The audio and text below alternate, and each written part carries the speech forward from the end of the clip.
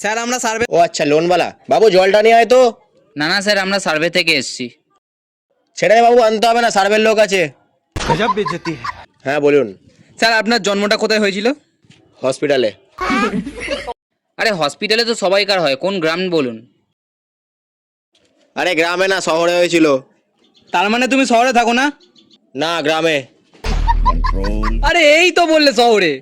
আরে হসপিটালটা শহরে না। আরে ঘরে কতজন সদস্য আছে? 7 জন। আচ্ছা 7। না না, 6। আরে এই তো বললে 7। আরে মেয়ের সামনেই বিয়ে আছে, ও তো চলে যাবে না। ঠিক আছে তাহলে 6 করি।